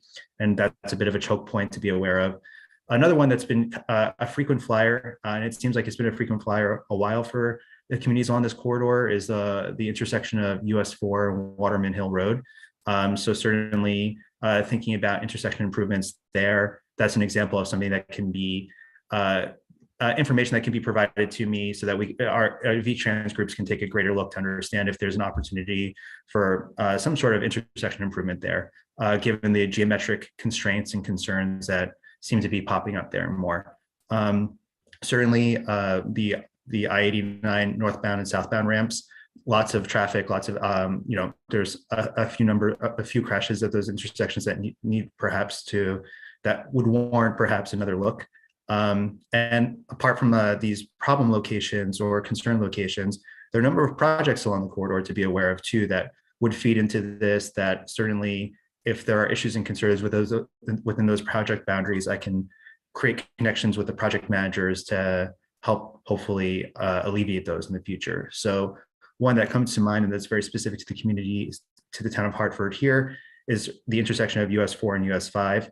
Right now that there are 2 projects associated with that intersection. One that's a repaving project that's going to upgrade the geometries of that location, and the second is a wider reconstruction that is proposing a roundabout for the location. So that is certainly another opportunity to provide input as those projects are being scoped and to alleviate any concerns and perhaps alleviate any concerns that might be happening at those locations. So just in terms of next steps, what I'll do is I'll talk about the timeline first of all, and then kind of ask if I'm missing anything right now or anything you would like me to take a greater look at, or folks with whom you would like me to speak. So throughout the summer, I was working on creating the survey, just introducing this plan and this effort to folks along the corridor. Continued outreach throughout the fall, meeting with various stakeholders in more targeted meetings. I've been really focusing on targeted meetings to have conversations with folks to understand needs, and beginning the deployment of the survey. The survey actually was deployed starting on November 14th. And my intention is to take it as long as we need to have it up. Right now, I've slated to have it up until the end of the year. However, if it warrants being posted for longer to gather additional input, I'm more than happy to do so. And then my goal is to tabulate results and share those back with the select boards along the corridor in the new year. So Matt, in the minutes or the presentation materials that he provided in your packets, noted February 2023 as an end date. I will say that is a work in progress, only because I am also I'm the project manager and the only person working on this corridor plan. So this is driven a little bit by my own timeline and my own availability, and also just by how we want to run this. Again, if there are additional groups with whom you would like me to speak, I'm more than happy to come down for additional meetings. I'm actually very sorry I cannot be there this evening. Looking forward to connecting and working with you all in the future. So that's kind of like my timeline right now, which is flexible according to the needs for additional conversations here. So really kind of my question now is, what are some of your concerns, and if there's anything I'm missing? Certainly some other conversations that have come up are about bicyclists and pedestrians on the corridor. I think that's something that warrants further attention and further discussion, if that makes sense for you all. There's a lot of different ways to alleviate those concerns. And again, we can get into some of those options, such as what might alleviating a lack of shoulders look like.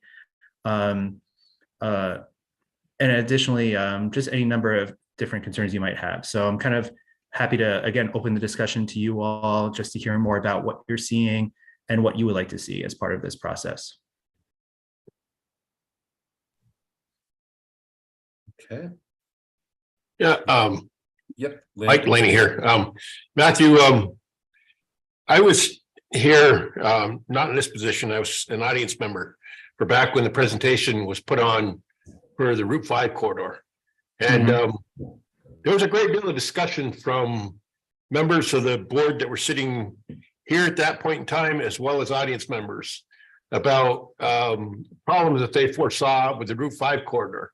And basically they seem to be ignored altogether. And I just question what input that you receive from this board will be taken into account, because absolutely nothing that was discussed when the Route 5 presentation was going on was considered. It seems like the state has a plan that they put in place and they're going forward with that plan, and there's not a lot of local control over that plan.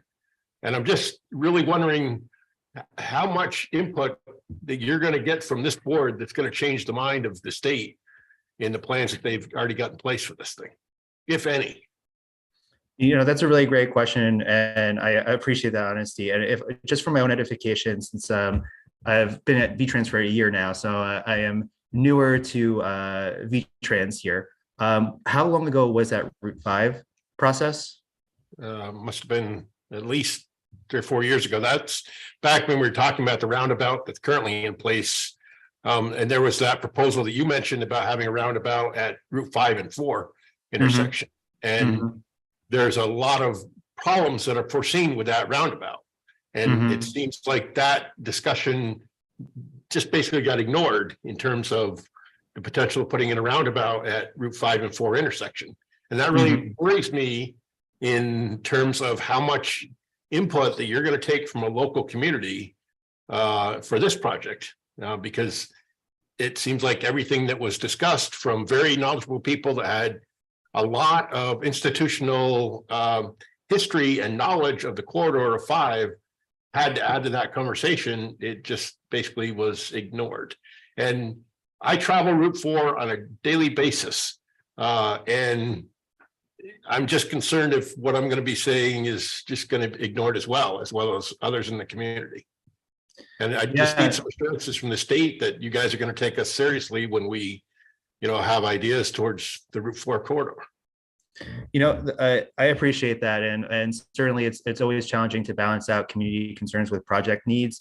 My goal here in terms of coming to speak to stakeholders along the corridor, deploying the survey, is to tabulate those results, the results of those conversations and the results of that survey into a list of items that VTRANS project managers then can provide a response to. So sometimes that response might be, no, we can't put in a stop sign there, or no, we cannot put in a traffic signal. But at the very least, I would like to have those documented so that an answer can be provided to the community, because it always helps to ask, is the way I look at this.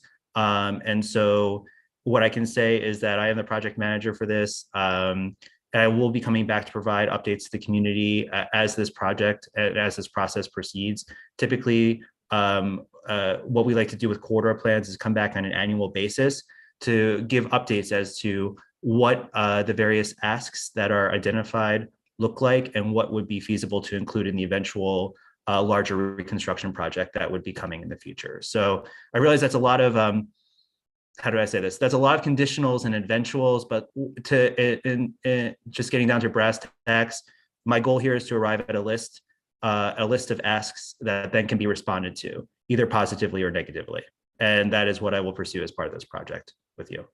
So some of my constituents have reached out to me about this, and one of the comments that was made is that there's a lot of trees that are leaning over towards Route 4, and they're concerned about bank stabilization and the stabilization of those trees. And it seems like some of those could be cleared out in terms of safety, so they wouldn't fall on either the power lines or the highway, preventing traffic. And then one thing that I've noticed and continual difficulty is to understand is at the intersection of Route 4 and I-89 exit 1 off ramp, where the trucks make a turn, there's constant pavement ripples from the trucks making a turn in the summertime where the pavement's hot, heavy trucks, and making a turn, and they basically roll up the pavement. So it's very rough there. Why does the state not use concrete to prevent that from happening? It just seems like an excellent location for concrete that would not wear and abrade like the pavement swells up there and make it for extremely difficult, very bumpy through that area. Yeah, this is great, actually. So this is an example of something that I'm happy to take back as a comment to include is please study or please look into addressing hummocks and other paving concerns at the off-ramp location. And so just by issuing that comment here today, that's something I can take back to the project managers to study as part of this work. So the first thing is always identifying the problem and making it known. And so I'm really thankful that you did that. And so I would say you're welcome to submit those comments to me. I can provide my email. I can write it up here in the chat if you would like to send me a brief email with that, or you can even send me pictures of the issues if you have like photographic, photos at the locations, a brief description of the location, however you would like to get that information to me, apart from just raising it here at the meeting tonight, I'm more than happy to receive and kind of bring back to the project managers. Because, for example, with the trees, just the tree leaning, I'd be curious to hear if that's more of like something that can be routed to our maintenance district to take a look at, or if that's something that, as you mentioned, is related to bank stabilization and something of an issue that needs to be addressed as part of a wider roadway reconstruction project. So I can only do that by just again, receiving the comment and working through it. So I'm happy to do so. Have you personally come down and ridden the road in question yourself? Multiple times. I've kind of done it multiple times, and just anecdotally grew up coming to this corridor. So it's, even though I'm new to VTRANS, I'm not new to Vermont, and just have come up extensively throughout the years. Now here at VTRANS, and specifically to this project, I've been down to the location at least 5 times now to drive up and down the corridor, see what's going on, take pictures, drive it with the district as well. I would definitely urge you to look at I-89 off ramp and Route 4. Definitely urge you to take a look at that, because that's an area that is constantly, after repaving, gets destroyed from heavy trucks. Mhm. There is a workaround called concrete, so. Mhm. And if you would like me to conduct a site visit, I'm more than happy to come down and meet you, kind of drive it together. I'd be Um, happy to do that. Yeah.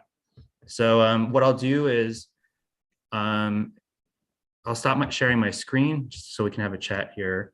And in the chat, I'll just put my. There's no chat. Yeah, Oh, there's no chat. Okay. Well, I will. Matt has my email. I can even say my email out loud now for the record if folks would like it, and kind of give you my name, and you can reach out to me if you would like I'll to get it meet. off of Matt.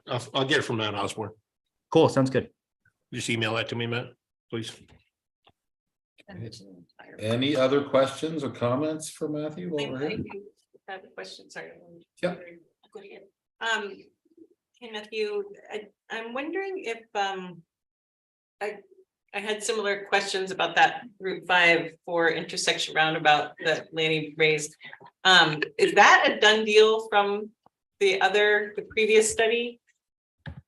The roundabout? That is being scoped right now, so that the project is being designed. It's my understanding that that is a done deal. If you have concerns related to that location, I can certainly speak to the project manager. Like if there are some design details that need to have a look at, or if there is an issue that needs to be addressed, I'm more than happy to speak to the project manager. Yeah, I mean, would you like me? I think one of the things I recalled from that exchange was that one of the former select board members that Lanny referenced had real concerns about heavy trucks going around a roundabout and then up the incline on Route 5 South that in inclement weather could cause some real disruption. And I don't think there was ever any response to that specific. I don't know what the other concerns were, but that was one that, just logistically made sense as a concern to me. I was, so it'll be interesting to, and when you say that, that section, you said not just repaving, but something else, the Route 5, sorry, I know I'm talking about a different corridor than you're here to present. Yeah. But you referenced the paving there along route from the intersection of Route 4 up to the new roundabout that we currently have.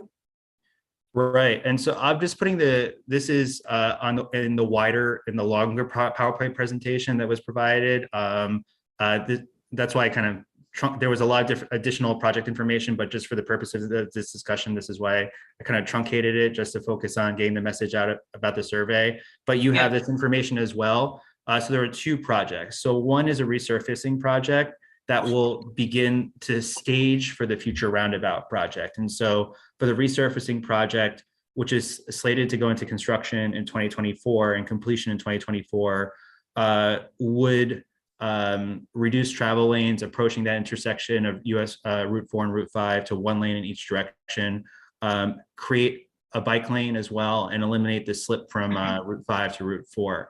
And so that's why I referred to when I meant geometric changes. So just changes to the design of the roadway that can be accomplished as part of that paving project specifically, and set the stage for the installation of the roundabout, which would come later. So beginning construction in 2026. So there are two individual projects. And like I said, just specifically to your question about the design of the roundabout, I'm definitely happy to ask the question about commercial vehicles and designing for commercial vehicles, taking into consideration slope constraints. That would be amazing. Thank you. And then my other question, which is only because so when you're doing these corridor studies, do you take into consideration the municipal roads grant general permit, the MRGP? Like my very first Vermont League of Cities and Towns session terrified me, because they talked about like how the new standards and requirements, baseline requirements, were coming on board or becoming due for these MRGP standards about erosion and stable dishes and turnouts and things like this. Is this something that's just like part of the project now with something like this? Yes, it is. And in fact, I'm going to be coordinating with our partners at Agency of Natural Resources, just so they're aware. So typically what happens with a project like this, and this project will be no different, is that I will be in contact and just sharing comments and concerns with the basin manager.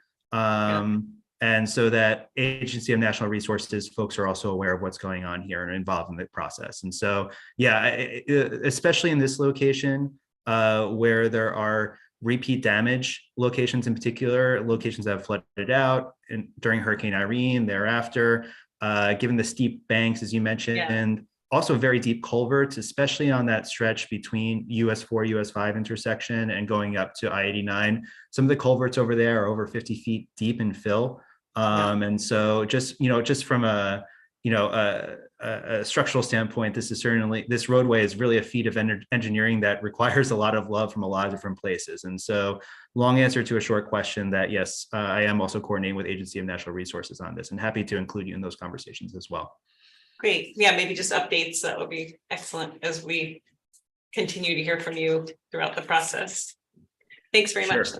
Yeah, no problem. And like I mentioned, you can expect to hear back from me early next year after I've tabulated the results to kind of drill down as to what people are asking about along this corridor to ultimately identify a final list of potential projects that can be included in the future reconstruction project. So this is just a first conversation. As I mentioned, I'm happy to come back and do additional site visits. If you think about additional groups with whom you would like me to speak, I'm more than happy to do so. As you can see, I'm pretty garrulous, and so I don't shy away from a conversation. But I'm just really happy to be as much involved and be as much out in the community as you see fit. So I'm certainly happy to continue working with Matt. He's been really wonderful to work with so far, and I look forward to continuing our conversations. Thanks. Yeah, I would really welcome that site visit. That would be a huge benefit, I think, for you to come down and have, local input on this thing. So. Cool. Yeah, let's definitely set it up. I mean, I'm happy to do it after the holidays. So mid-January, we can make that happen. Yeah, please. Yeah. Any other questions for Matthew? No? So Matthew, thanks so much. Really appreciate you coming in and really excited about, your willingness to listen to us and work with us and everything like that. So we look forward to talking with you again. Thank you very much. Have a good night, everybody. See you in person next time. Yeah. Thank you. Bye-bye. All right. That brings us to commission reports. So we'll just go down the line, starting with Kim. So anything from you, Kim? Yes, Planning Commission held a public hearing on December 5th to consider a proposal of the Wilder 1 for a 4.125 megawatt solar electric generation field to be located on Route 14 in Hartford. 14.7 acre array, and there was substantial discussion around the need to cut approximately 7 acres of trees to accommodate the array.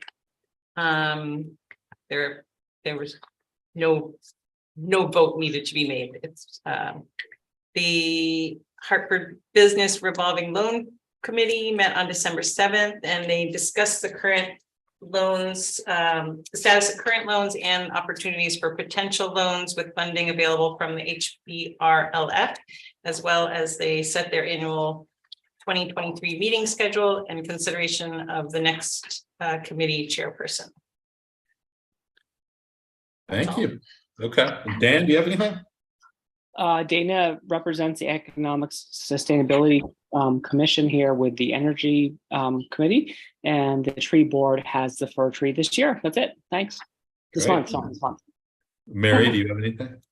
I mistakenly put my commission reports earlier, so I don't want to repeat them again. I realized that and I was like, this is great. She's doing it nice and early. So. Just wanted to make sure you guys are listening. I know, exactly. Allie, anything? Yeah, I have a few things. So Resilient Hartford, there was a November 12th work outing to close up the Clifford Park Food Forest winter work, which was successful.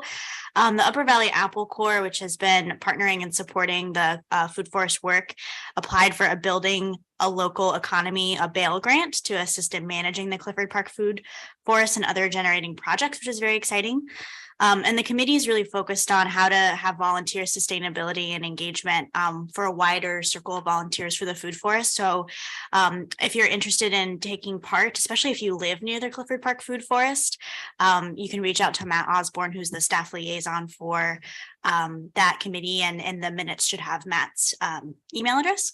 And then one of the members of that committee, Earl Hatley, has established an Abenaki garden in Quechee, and has been partnering with the Quechee Landowners Association to make that happen, which is very exciting.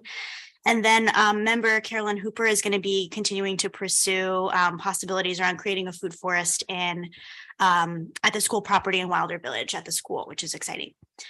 H. Corey, Hartford Committee on Racial Equity and Inclusion, the Tuck Community Consulting Project, the Town Communication Survey should still be open, and you should be able to find that on the town website. This is a survey, that's asking folks, how do you receive information about the town? How would you like to receive your information from the town? And the students will be generating that final report this month. Select Board DEI training with Abundant Sun. We're on track for our next session, January 3rd. 2 H Corey members have been participating in the police chief search interview so far.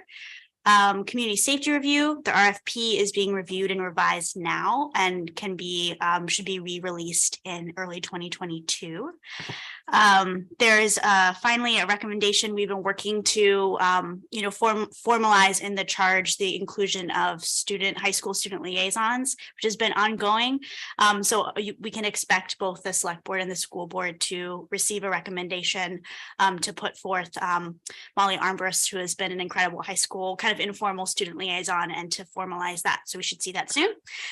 I'm almost done, I promise. The committee continues to update its charge. It has amendments due April 2023. And then I think we should have seen this in our inboxes, that the chair, Sarah Campbell, sent out a sample policy on policies and a policy template for review for approval by the select board and acting town manager. So that's still in the pipeline.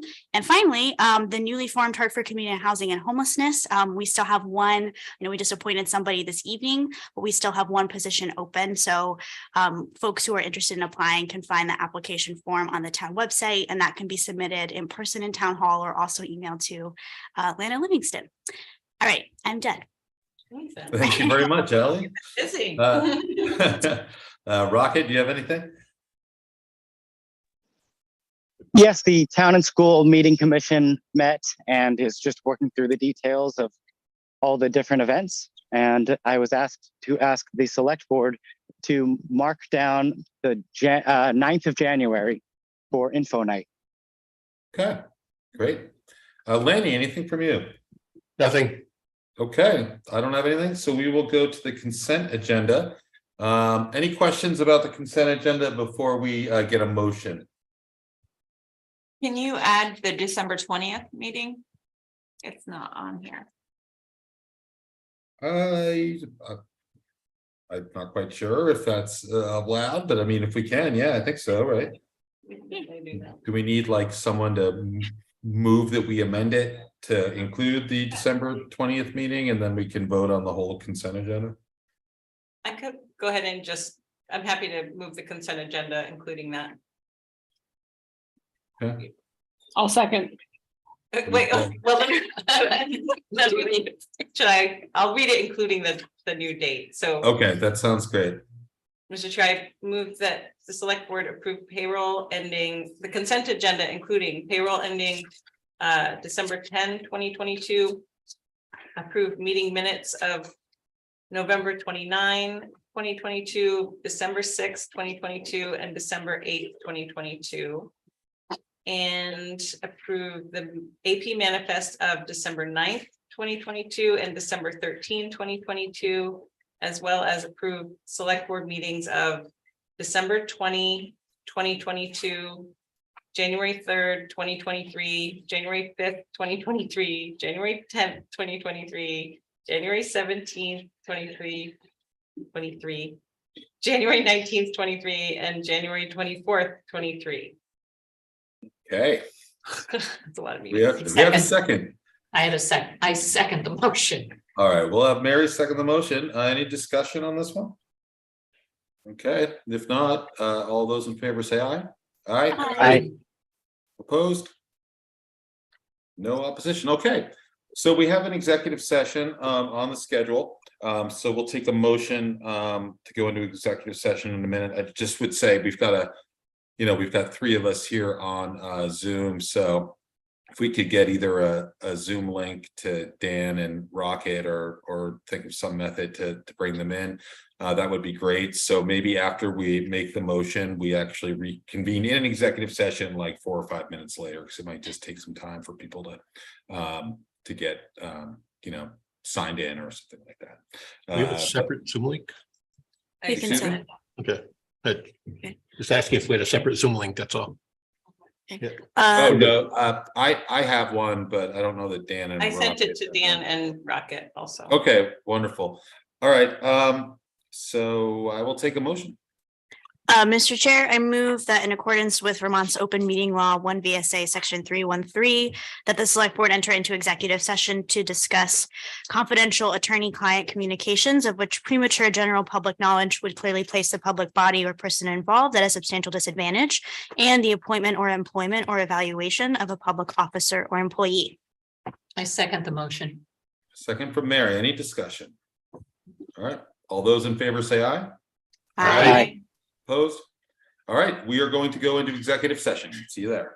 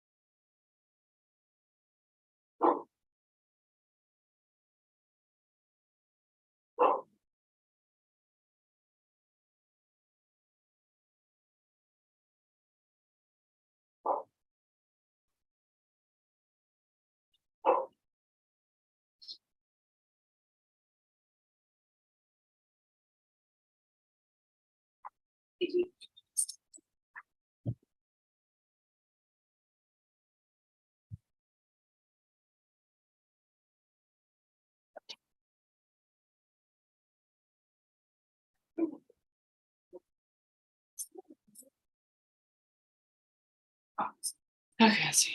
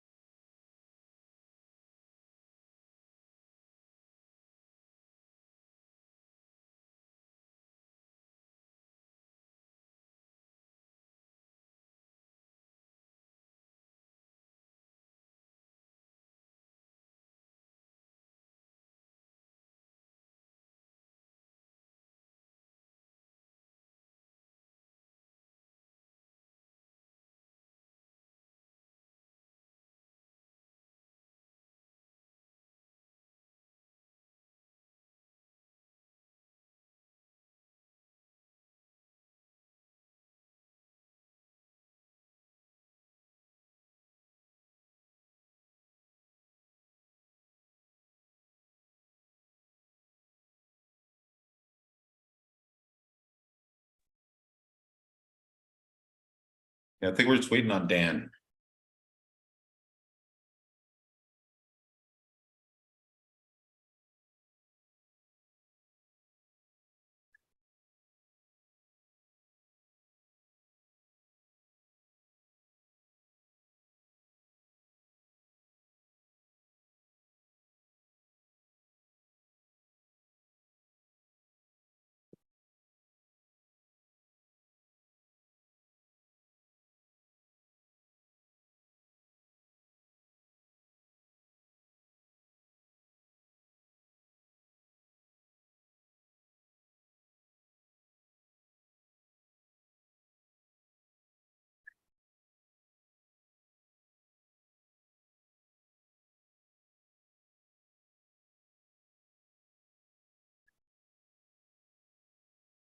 Is Rocket back? Rocket's back. We're just waiting on Dan. I'm here. You might not.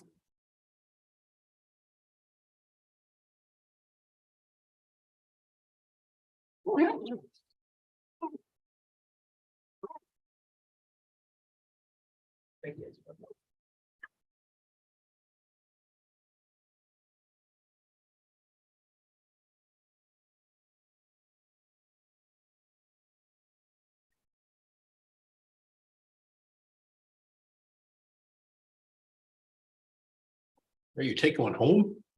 I didn't finish eating. Yeah. Anything today. No. She can have as many Why as did she you not wants. take a lunch? As many as she wants. Are you that busy? This is. Yeah, you gotta eat. You gotta eat. Are you going home tonight or are you staying down here? I'm here all week. Are you? Danny, I think we're mics are on. So. Yeah.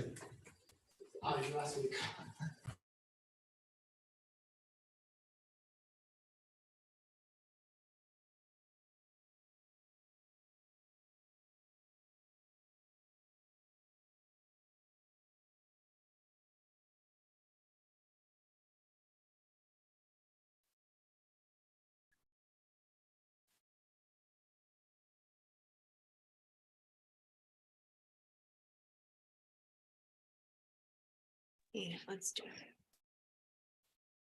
Like, you wanna go ahead? Yeah, well, let's just go ahead. I don't know if Dan's gonna get back on. Rocket is back though, because he's not sure. Yep, Rocket's back. Okay. All right, Mr. Chairman, make a motion. We come out of executive session. Okay, do I have a second? I'll second that. That's Ally. Okay, any discussion? All those in favor say aye. Aye. Okay. I'm open to a motion. Okay, let's begin. Mr. Chair, I move that the select board direct the acting town manager to accept the application of one current internal town employee for the position of Hartford's chief of police. I'll second. Do we have a second from Ally? Any discussion? You're gonna poll the vote. We're gonna do it by roll call. Okay, Lanny, Aye. Rocket, Aye. Ally, Aye. Mary, Nay. Dan, just absent, Kim, Aye. and I will vote aye. Okay. Thank you for that. I think we just need a motion to adjourn at this point. So moved. So moved. We have a second. Second the motion. All those in favor say aye. Aye. Thanks, everyone. See you on Thursday. Thank you.